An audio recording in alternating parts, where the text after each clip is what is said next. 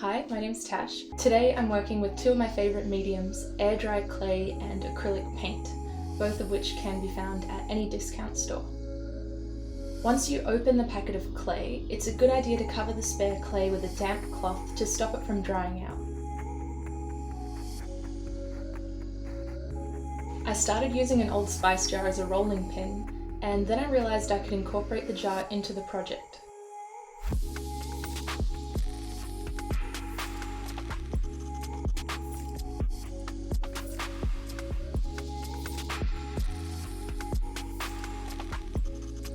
I didn't bother removing the label because I was covering it with clay, but now I realise that the inside of the jar will forever say nutmeg in reverse. You can use scrunched up aluminium foil to provide structure to the inside of large clay pieces.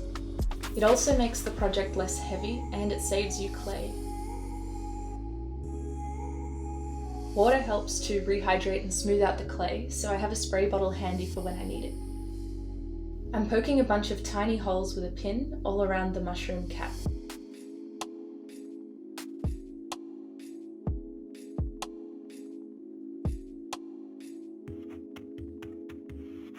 To attach clay pieces together, score both surfaces with a knife.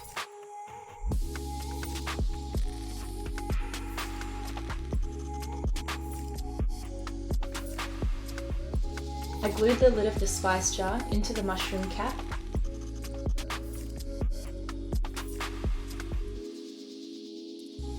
and I sealed it with some clay gills.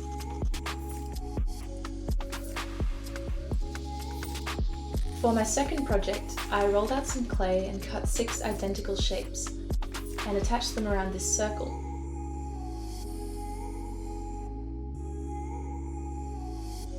Clay sculptures are much easier when you break it down to the basic shapes. I have some clay tools, but to be honest, my favourite tools are a butter knife and my hands. You really don't need anything else. This long triangle, repeated 6 times and stamped with this tool, becomes striking flower petals.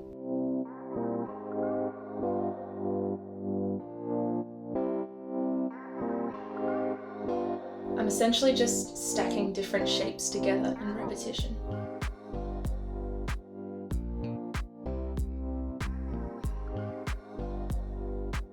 To create curved petals, I'm moulding the clay inside the palm of my hand rather than on a flat surface.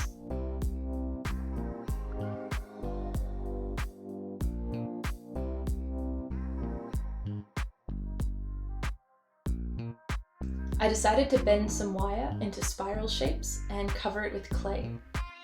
The wire helps to fortify thin pieces of clay which would be really fragile otherwise.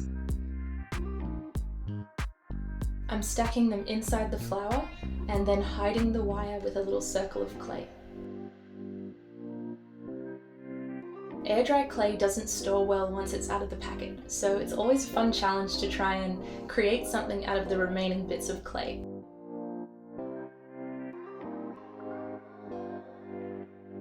I didn't want to waste any of the leftover clay, so I decided to make some plant labels for my garden. When the clay is fully dry, you can use sandpaper if you want to smooth out any imperfections. I decided to prime all the pieces with a coat of Mod Podge. This afternoon was too delicious to be inside, so I took my sculptures to the beach to begin painting them.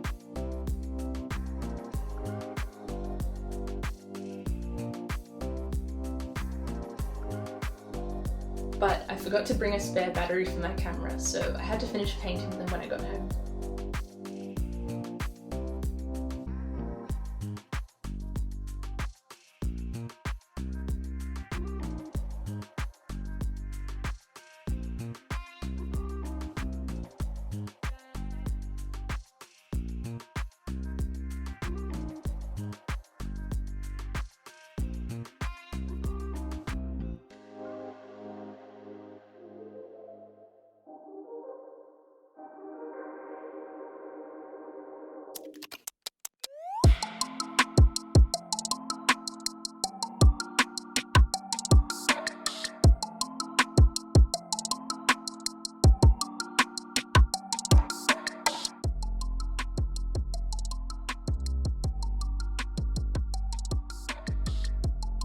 I sealed everything with a few coats of clear varnish, which makes the surface really glossy.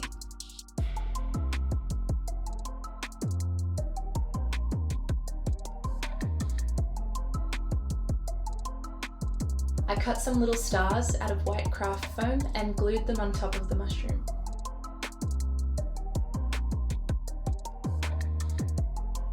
And this is how they turned out.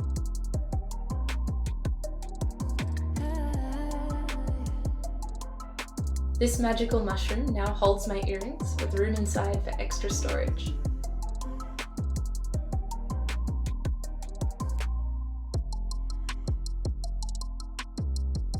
And this little flower is delightful on its own, but it also holds a tea light candle. I hope these projects inspire you to make something with air-dried clay. It's really easy if you plan your design beforehand and then break it down into simple shapes. This video is sponsored by myself. If you'd like to check out my Etsy store, I sell stickers and prints that I've hand painted myself. I'll link that in the description as well. I hope you have a beautiful day, and I'll see you in the next video.